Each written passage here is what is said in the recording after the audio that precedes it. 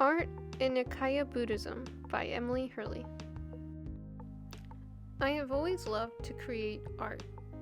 Art is something for me that relaxes me and focuses my mind. When I'm creating art, whether digitally or traditionally, I must relax and focus intently on the subject that I wish to depict.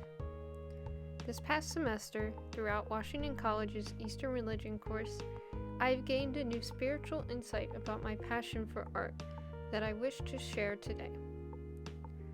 In this course, I have learned a lot about suffering. For instance, Buddhism teaches that suffering is a part of earthly life. In particular, Nikaya Buddhism, otherwise known as the Little Vehicle of Buddhism, focuses heavily on the dedicated cultivation of wisdom and nirvana within a person's spiritual life. With its strict adherence to otherworldly ideals and practices such as celibacy and asceticism, and its rigid social boundary between monks and common people, it was dubbed the Little Vehicle because it supposedly brings less people to nirvana than its competitor Mahayana Buddhism. Despite this strictness, though, I found the ideals presented within Nikaya Buddhist philosophy, texts, and practices very applicable to my own life and passions as an artist. The ideal of no self is supported by three main arguments or stories within Nikaya Buddhist canon. They can be found in the Samyutta Nikaya and the Anitayata Sutra. In these texts, a Buddha talks with the character Kassapa, who asks Buddha about the nature of suffering. In the first story, Buddha reveals to Kassapa the middle way of understanding Dharma, recounting how the cessation of ignorance and all other incremental dharmic actions would end suffering entirely. In the second story, a speaker recounts how Buddha has noted that the cycle of death and rebirth affects everyone who is not yet to reach moksha or nirvana. Thus, for those not enlightened, life is forever impermanent and changing.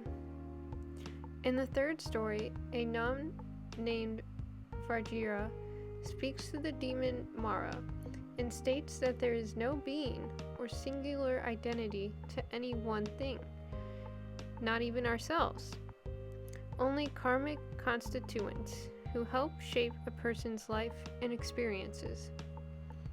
In particular, I found the ideal of there being no self, as suggested by the Buddha, very applicable to the state of existence that I find myself in when I am intensely focusing on drawing or on making art.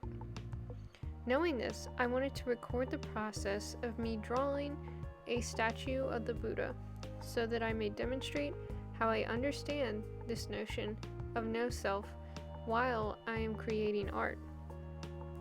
While I'm drawing the Buddha, or any other thing for that matter, I am forced to focus upon the millions of little shapes and angles that create a subject's figure. For instance, Buddha's face may look just like a face, but while I am drawing a face, to me it looks like an oval or a square, and the nose looks like a series of lines and curves.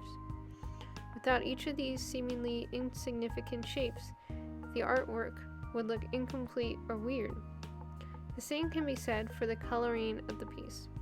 Without any shadows or without any backgrounds, the piece may look odd or empty. So the darkening colors I'm adding here is very vital to the piece, even though it may not seem so at first to non-artists.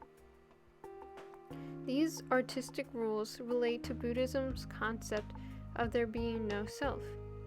Every line and every curve can be viewed as a vital part of the image, just as everything and every person in my life directly impacts my own identity. Without them there, my life would also appear to be odd or weird or incomplete.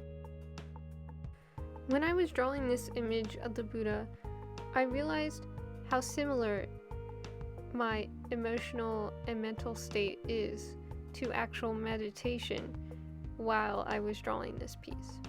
When I was drawing this piece, I found myself extremely calm, and my mind was extremely empty or clear. I was focused solely on how the colors and the shapes and the images interacted with each other, and how it made the piece as a whole better or worse. As you can see here, I'm adding shadows under the Bodhi tree that Buddha would be meditating under. And I was not worrying about any homework or any finals that I had to complete this week, but instead I was worrying about the shapes and how they interacted with each other. I believe that this meditative mental state that I enter while drawing the Buddha and whenever I create art is very beneficial to me, as it relaxes me and it reminds me that I am not just one singular person who is made up of my actions or beliefs. I'm also a part of the community and a part of everyone that I interact with on a daily basis. And while this ideal of no self was always subconsciously ingrained in my artwork and just how I created art, I think the philosophy and the text and the practices of meditative thinking in Nikaya Buddhism has allowed me to recognize this more productively, and I feel like it has allowed me to appreciate making art more as I'm allowed to relax and view art as a part of meditation and a part of spiritual work, rather than just something that may be a waste of time or may not be academically productive. But here's my finished piece, and thank you for watching.